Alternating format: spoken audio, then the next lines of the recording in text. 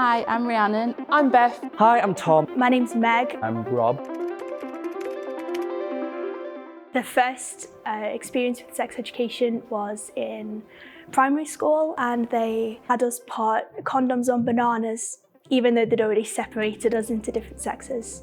Don't know what the boys learned. My sex education teacher was a geography teacher. They sort of felt a bit uncomfortable, which is understandable. They weren't trained to talk about these things. It was mostly very biology based.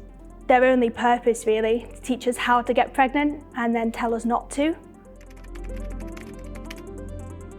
It's not very inclusive in terms of the multitude of things we're learning. The LGBTQ+ community have no representation. The only bodies we've ever shown are skinny, white, cis bodies. It made you feel like an other, it made you feel alone, and this is in like the late 2010s. All bodies and all sex.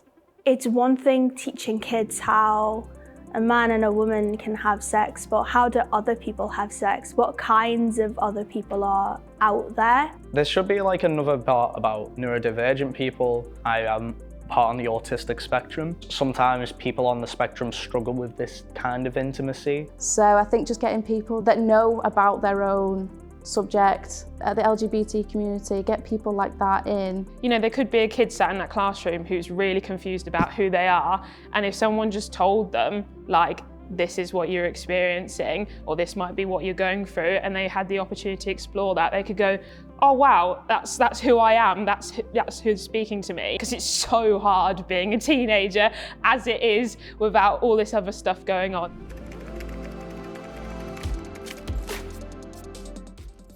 Why do people care this much, man? It's stupid. It should be taught. It should be normalized in a society that's trying to advance.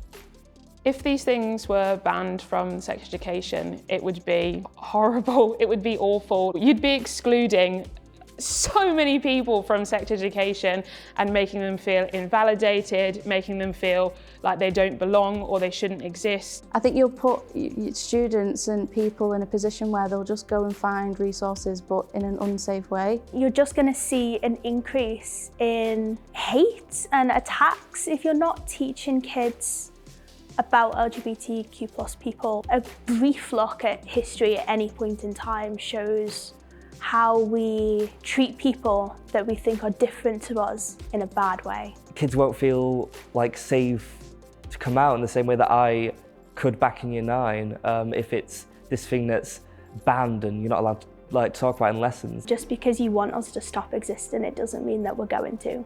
Whether you decide to talk about us or not, we're going to talk anyway.